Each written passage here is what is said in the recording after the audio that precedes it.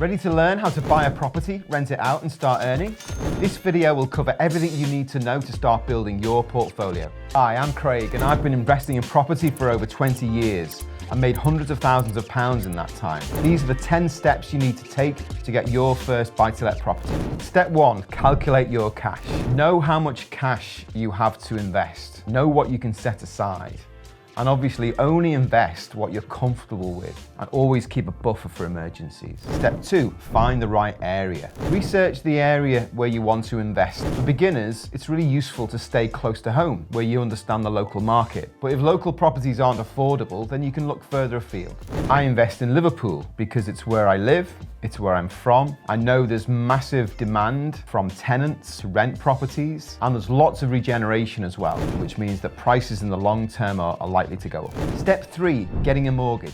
Using the bank's money is a great way to scale your portfolio. And we have this magical word leverage, which allows us to do that. A really good mortgage broker is a really important part of your team. They'll be able to assess your eligibility for a buy-to-let mortgage. But really important to get an agreement in principle first before you go out and start looking for properties. It can be good to have more than one mortgage broker as well, just to make sure that you're covering all angles when it comes to lenders and getting the best possible rate for your mortgage. Step 4, do the numbers. Obviously, you want to make sure that the rental income coming in is going to be more than all of the costs, which are going to include the mortgage, management fees, maintenance costs, etc. So really, really important to know that. A really good measure of the performance of a property is the gross yield. This is basically the annual rent divided by the property price times 100%.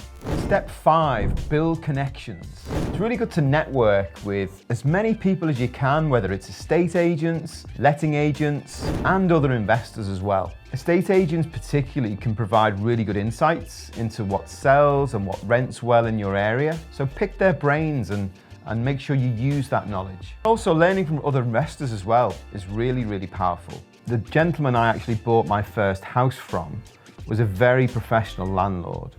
And I still know him today, and he really helped me.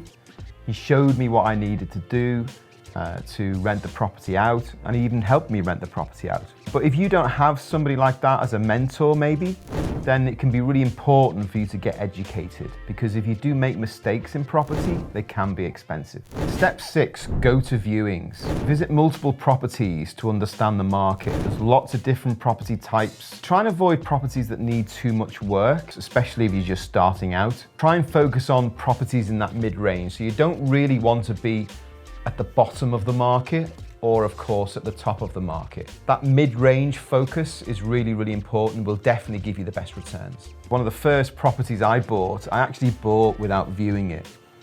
And this was a big mistake because it turned out the property had a really unconventional layout. The bathroom was off the kitchen. In the end, it wasn't too bad, but the difficulty with a property like that is it's not going to be to everybody's taste. So it's going to limit the market when you come to sell it. So really important to make sure that you view any property that you buy. Step 7, make an offer. When you find a property you like, be ready to act quickly. The agents are going to need lots of things from you, like your proof of ID, your proof of address, your proof of funds, your mortgage in principle, and really important to have those all ready so that you can have a really strong offer going forward. Really good negotiating skills are key to securing a deal. So for example, if the property does need some work, don't be afraid to highlight the works that are required to the agent and explain to them the cost of those works. That's going to give you a much better chance of securing the property at the right price. Step 8, the legal process. Once your offer's been accepted, then you're going to be looking at arranging your mortgage and your solicitors. When the sale starts, really important to keep on top of the progression yourself. Don't assume that the estate agent is going to do all of that for you.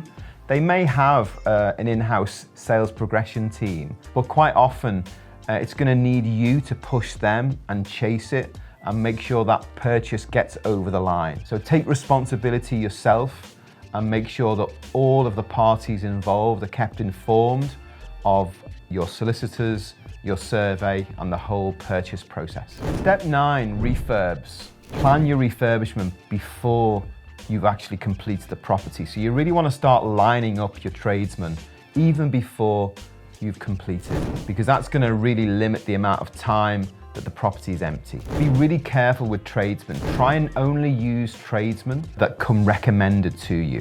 One of my first properties, I found a plumber who asked me for some money for materials. He asked me for £2,000. I handed over the money and I never saw him again. And it turned out later on, I found out that he was actually a gambler. And I think that money ended up on a horse. So really important to know who you're dealing with and be careful about handing over money to anyone that you don't know. With tradesmen, what you often find is the best tradesmen know all the other good tradesmen. So let's say you have a really good plumber and you need a joiner, the likelihood is that that guy's gonna know someone really good because they'll have worked together on other projects. So don't be afraid to ask your existing tradespeople who they recommend and if they have other people that you can use.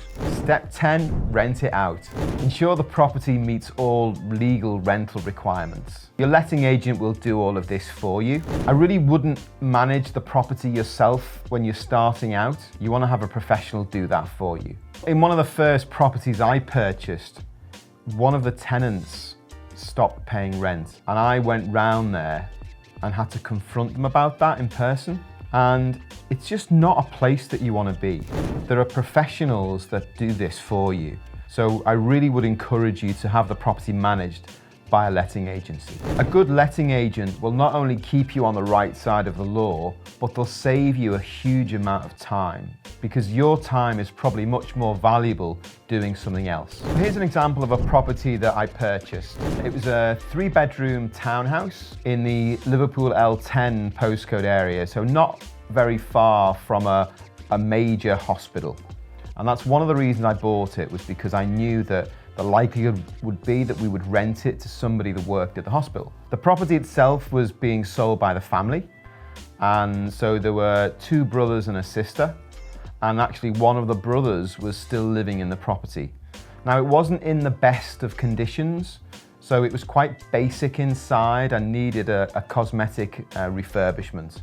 So it needed decorating throughout and new flooring everywhere. We went in, we did the refurbishment, we gave it a really good clean, and the numbers for that property break down as follows. We bought it for $99,950. We had to put down a deposit of 25%, just under $25,000, and we spent about $6,000 on the refurbishment. The rental income on that property is $775 a month, and that gives us a really nice gross yield of 9%. In the end, after all of costs, including maintenance, management fees and mortgage, that property brings in £388 every single month.